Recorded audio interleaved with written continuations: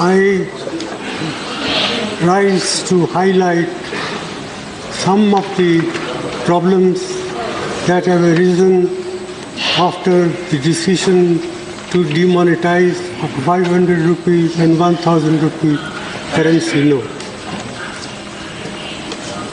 Prime Minister has been arguing that this is the way to curb black money, to prevent growth of forfeited currency note, and also to help in control of terrorist finance activities. I do not disagree with these objectives, but what I do want to point out is that in the process of demonetization, monumental mismanagement has been undertaken, about which today there is no two opinions in the country as a whole. Even those who say that this measure will do harm or will cause distress in the short run, but be in the interest of the country in the long run. Well, I am reminded of what John Keynes said once, in the long run, all of us are dead. And therefore, it is important to take note of the grievances of the people, the ordinary people who have suffered as a result of this imposition on the country overnight by the Prime Minister.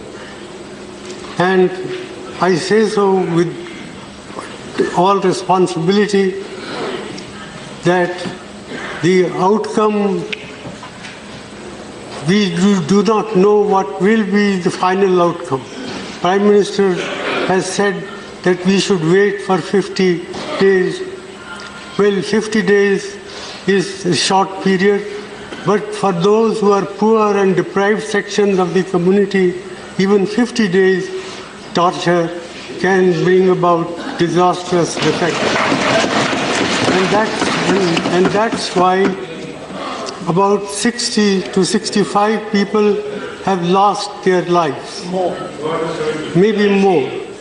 And what is more is, what has been done can weaken and erode our people's confidence in the currency system and in the banking system.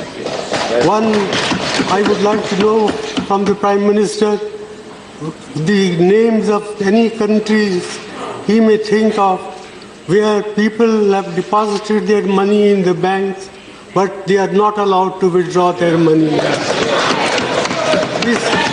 This alone, I think, enough to condemn what has been done in the name of greater good for the people in the world. And, sir, I would further like to point out that, in my opinion, this scheme of monetization, the way it has been implemented, will hurt agricultural growth in our country, will hurt small industry, will hurt all those people who are in the informal sectors of the economy. And my own feeling is that the national income, that is the GDP of the country, can decline by about 2 percentage points as a result of what has been done. This is an underestimate, not an overestimate. Therefore, I feel that the Prime Minister must come with some constructive proposal how we can implement this scheme and at the same time prevent this distress that has been caused to the common people. It is no good that every day the banking system comes with modification of the rules, the conditions under which people can withdraw money. That reflects very poorly on the Prime Minister's office, on the Finance Minister's office, and on the Reserve Bank of India. I am very sorry that the Reserve Bank of India has been exposed to this sort of criticism, which I think is fully justified. I therefore not like to say much more than this. I urge upon the Prime Minister to find practical, pragmatic ways and means to relieve the distress of the people who happen to be a great majority of our people. After all, 90% of our people work in the informal sector. 55% of our workers in agriculture are feeling distress. The cooperative banking system, which serves large number of people in the rural areas, is non-functional, has been prevented from handling cash. So, in all these measures convince me that the way the scheme has been implemented, it's a monumental management failure, and in fact, it is a case of organized loot and legalized plunder of the